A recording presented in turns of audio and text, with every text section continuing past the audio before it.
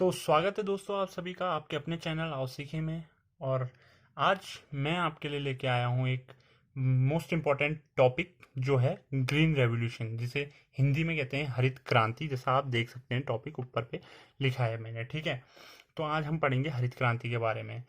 तो सबसे पहले जो होती है इसकी शुरुआत पे आते हैं, ठीक है।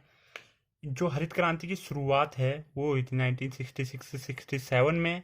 अगर ये ठीक है, ये फिक्स है 1966 67 में, बट कभी कभी पेपरों में क्या आ जाता है 67 68 भी आ जाता है, ठीक है। तो अगर 66 67 हुआ तो ये तो डन लगाना ही लगाना है वहाँ ऑप्शन में, अगर नहीं हुआ तो 67 68 जरूर आएगा ही आएगा। तो ये ध्यान में रख देना, ठीक है। तो इसकी शुरुआत हुई थी, जहाँ तक मैं कंफर्म कह रहा हूँ, इसकी शुरुआत हुई थी 1966 67 में। अगर पेपर में ऑप्शन में 66 67 नहीं होता है, क्योंकि मैंने देखा है एक दो पेपर में, तो 67 68 होगा ही होगा, ठीक है। तो हम आगे बढ़ेंगे अब इससे, ठीक है।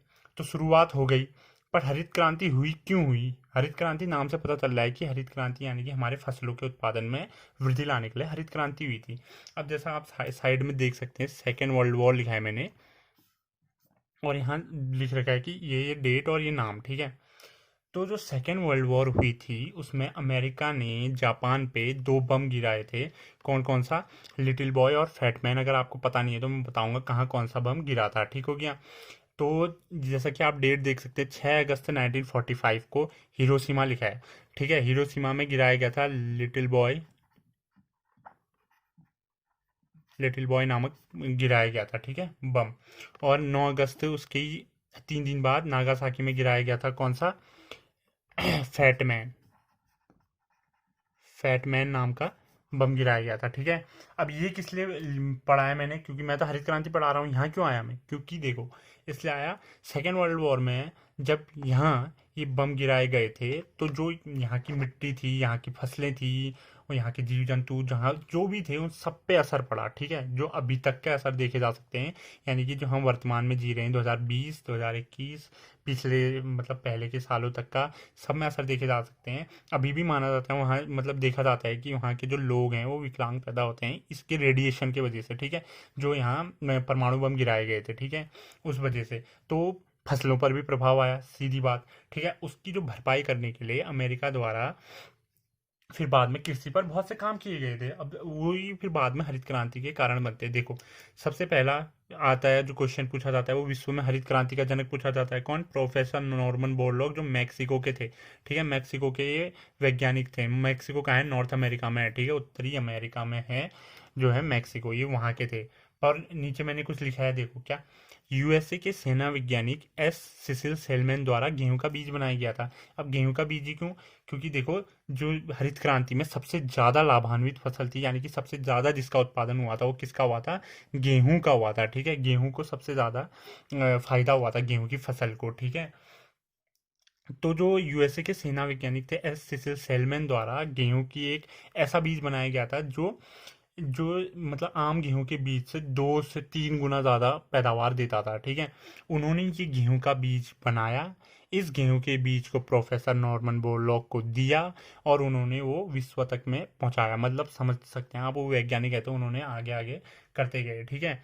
फिर पर ये देखें कि हरित क्रांति तो हम कह रहे हैं, अभी तक क्या है कि इनमें से किसी ने हरित क्रांति नाम का शब्द कुछ नहीं दिया। इन्होंने बस इन्होंने गेहूं का बीज बना दिया, इन्होंने विश्व में जागरूकता फैला के उसको फैला दिया, ठीक हो गया कि ये गेहूं ऐसे ऐसे हम पैदावार बढ़ा सकते हैं ये सो करके। पर जो हरित क्रांति जो शब्द है, जो हरित क्रांति जो वर्ड है, जो ग्रीन रेवोल्यूशन जो शब्द है, जो वर्ड है, वो किसने दिया? वो विलियम गार्ड नाम के एक व्यक्ति थे, उनके द्वारा दिया गया था। ग्रीन रेवोल्यूशन जो शब्द था उसका सबसे पहले जो उपयोग किया था वो किसने किया था? विलियम गार्ड नाम के व्यक्ति ने किया था, ठीक हो गया। अब विलियम गार्ड ने खाली शब्द दिया है, ठीक है, ज़्यादा कुछ नहीं है उनका। भाई ये पूछा जाता है कि हरित क्रांति का जो शब्द है वो किसने दिया था? विलियम गार्ड ने दिया था। अब एक इम्पॉर्टेंट क्वेश्चन ये पूछा जाता है एग्जाम्स में अक्सर कि भारत में जो है हरित क्रांति का जनक किसे कहते हैं? कहाँ? भारत में जो है हरित क्रांति का जनक किसे कहते हैं, ये आता है, ठीक है। ज़्यादातर लोगों को पता है एम एस स्वामीनाथन, जिनको नहीं पता है वो लिख लेंगे एम एस स्वामीनाथन, या नोट कर लो या कुछ भी कर लो, याद कर लो। एम एस स्वामीनाथन को कहा जाता है भारत में हरित क्रांति का जनक, जबकि विश्व में हरित क्रांति का जनक प्रोफेसर नॉर्मन बोरलॉग को कहा जाता है। ये एक याद रखने वाली चीज़ है। अगर भारत में आया एम एस स्वामीनाथन, विश्व में यानी कि वर्ल्ड में आया तो नॉर्मन बोरलॉग वर्ल्ड में, ठीक है। हरित क्रांति से क्या आशय है, जैसे मैंने बता दिया कि क्या है। हरित क्रांति से जो आशय है वो क्या है, फल के उत्पादन में क्या है, वृद्धि, फसल के उत्पादन में जो क्या है वृद्धि करना है, ठीक है। यानी कि जो हरित क्रांति जो आई वो हर किसी फसल पे प्रभाव डाला उसने, ठीक है। तो अब मैं आगे बढ़ूंगा, थोड़ा आपको आगे को बताते रहूंगा। जो एससीसी सेलमैन थे उनके द्वारा गेहूं की 62 प्रजाति जो थी विकसित की गई थी, ठीक है। और हरित क्रांति के जो थे, जैसा मैंने कह दिया, गेहूं को सबसे ज़्यादा फायदा हुआ था। इसके बाद जो दूसरी फसल थी वो थी धान, ठीक है। धान जो लिखा नहीं है मैंने, आदि लिख दिया है, बट जो इसके बाद जो दूसरी फसल थी जिसको सबसे ज़्यादा फायदा हुआ था वो धान थी। फिर अन्य जो थे गेहूं, मक्का, बाजरा, ऐसे ऐसे करके सारी फसलों को हुआ था फायदा, ठीक है। पर सबसे ज़्यादा किसको हुआ था, गेहूं को हुआ था, उसके बाद धान को हुआ था, ठीक है। गेहूं की जो थी दुगनी पैदावार होने लग गई थी, समझ लो, ठीक है। ठीक हो गया। अब आते हैं कि ऐसा क्या हुआ हरित क्रांति के समय जो कि फसल इतनी ज़्यादा पैदावार होने लगी है कि बीज के उससे नहीं, उसको और भी तो चाहिए होगा ना कुछ। देखो, रासायनिक उर्वरकों का प्रयोग होने लगा, अच्छे किस्म के रासायनिक उर्वरकों का प्रयोग होने लगा, जिससे क्या हुआ, पैदावार में बड़ा और मिट्टी की उर्वरकता बढ़ी थोड़ी, ऐसा हुआ था, ठीक है।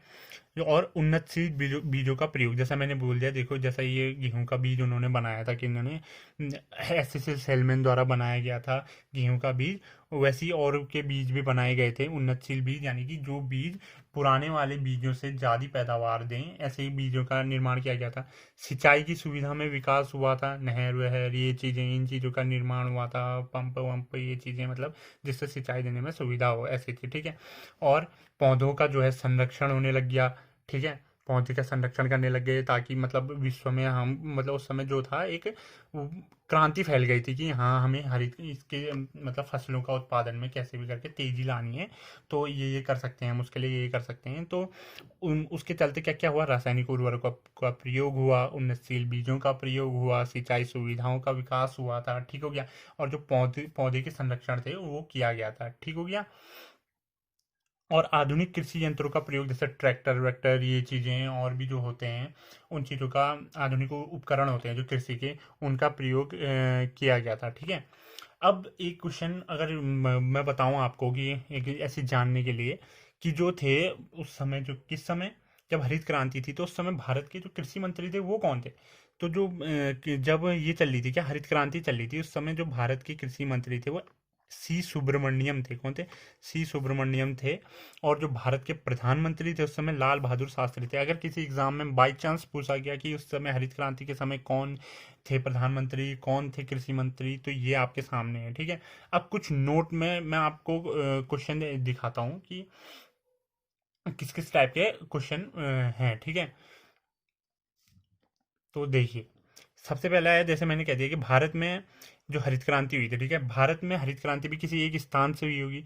तो भारत में जो थी हरित क्रांति की जन्मस्थली किसे कहते हैं, भारत में हरित क्रांति की जन्मस्थली किसे कहते हैं, वो कहते हैं पंतनगर को, पंत नगर को, ठीक है। पंतनगर को हरित क्रांति की जन्मस्थली कहते हैं, ये याद रखने वाली बात है। और ये क्वेश्चन बहुत बार पूछा भी गया है, भारत में हरित क्रांति की जन्मस्थली किसे कहते हैं, इसे इंपॉर्टेंट लगा लो, ठीक है। सही हो गया, ठीक हो गया, ये तो ठीक हो गया भारत में, ठीक है। हरित क्रांति का अब विश्व में जन्म कहाँ हुआ, कहीं ना कहीं तो विश्व में भी हरित क्रांति का जन्म हुआ होगा ना, तभी तो हरित क्रांति आई। तो जो हरित क्रांति का जो जनक देश था वो कौन सा था, वो था हमारा फिलीपींस था। कौन सा था, फिलीपींस था, फिलीपींस था, ठीक है। फिलीपींस जो थी वो हरित क्रांति का जनक देश कहा जाता है। और हरित क्रांति से जो भारत में जो लाभान्वित राज्य थे वो कौन कौन से थे, देखो, जो हरित क्रांति से सर्वाधिक लाभान्वित राज्य थे पंजाब और हरियाणा थे, क्योंकि यहाँ बहुत पानी वानी की व्यवस्था सब कुछ बढ़िया रहता है। कभी आपने गौर किया होगा तो सतलज नदी, ये जो है भगलानागल डैम वैम, ये सब यहीं तो है ना, पानी आने से रिलेटेड। तो और जैसे सरसों हरसों खूब लगे रहते हैं वहाँ, फसल हरियाली छाई रहती है। हरियाणा, ठीक है, पंजाब और हरियाणा। तो इसलिए यहाँ जो थी वहाँ सबसे ज़्यादा लाभान्वित राज्य जो थे यही थे, कौन कौन से, पंजाब और हरियाणा, मतलब सबको लाभ मिला, सबसे ज़्यादा जो था पंजाब और हरियाणा को मिला, ठीक हो गया। अब मैं आपको एक दो चीज़ें और बताऊंगा, ठीक है। कि अगर मान लिया जाए, पूछा जाए कि जो थे हरित क्रांति के समय जो गेहूं के बीज थे वो कहाँ से मंगाए गए थे, तो जैसा मैंने बता दिया आपको ऊपर, क्या देखो नॉर्मन बोरलॉग कहाँ के थे, मैक्सिको के थे। तो जैसा ये भी, इन्होंने जो गेहूं का बीज बनाया था ये भी वहीं के हुए, अमेरिका के मैक्सिको के हुए। तो मैक्सिको जो था, मैक्सिको से मंगाए गए थे गेहूं के बीज हरित क्रांति के समय। और धान के बीज ये भी, अगर मान लो धान के बीज पूछ जाए ये कहाँ से मंगाए गए थे, तो जैसे मैंने बोल दिया हरित क्रांति का जनक देश कौन सा था, हरित क्रांति का जो जनक देश था वो फिलीपींस था। तो धान के जो पौधे थे वो कहाँ से मंगाए गए थे, फिलीपींस से मंगाए गए थे, फिलीपींस से मंगाए गए थे धान के पौधे। ठीक हो गया। ये थी कुछ हरित क्रांति से रिलेटेड इंपॉर्टेंट फैक्ट्स। अगर आपको इससे ज़्यादा भी कुछ पता है तो कमेंट सेक्शन में बताइए, मैं आगे अगर जो अगली वीडियोस बनाऊंगा उसके थ्रू मैं उसको जोड़ दूंगा। ठीक है, अगर आपको पता है तो, नहीं पता है तो ये जो है एग्जाम में बहुत बार पूछा गया है कि हरित क्रांति का जन्मस्थली कौन सी है, जैसा मैंने बता दिया पंतनगर। हरित क्रांति से अभिप्राय ये तो नहीं पूछा जाता है, बट मैंने बता दिया कि हरित क्रांति से अभिप्राय ये है कि फसल उत्पादन में वृद्धि करना। ठीक है, और जो हरित क्रांति हुई थी उससे जो थी फसलों में हेक्टेयर हेक्टेयर में वृद्धि हो गई थी। ठीक है, कई 2 गुना 3 गुना होने लग गया था अनाज, और इससे बहुत बहुत बहुत बहुत ही ज़्यादा फर्क पड़ा था हमारे कृषि क्षेत्र को। ठीक है, तो आज की वीडियो कैसी लगी ये बताना।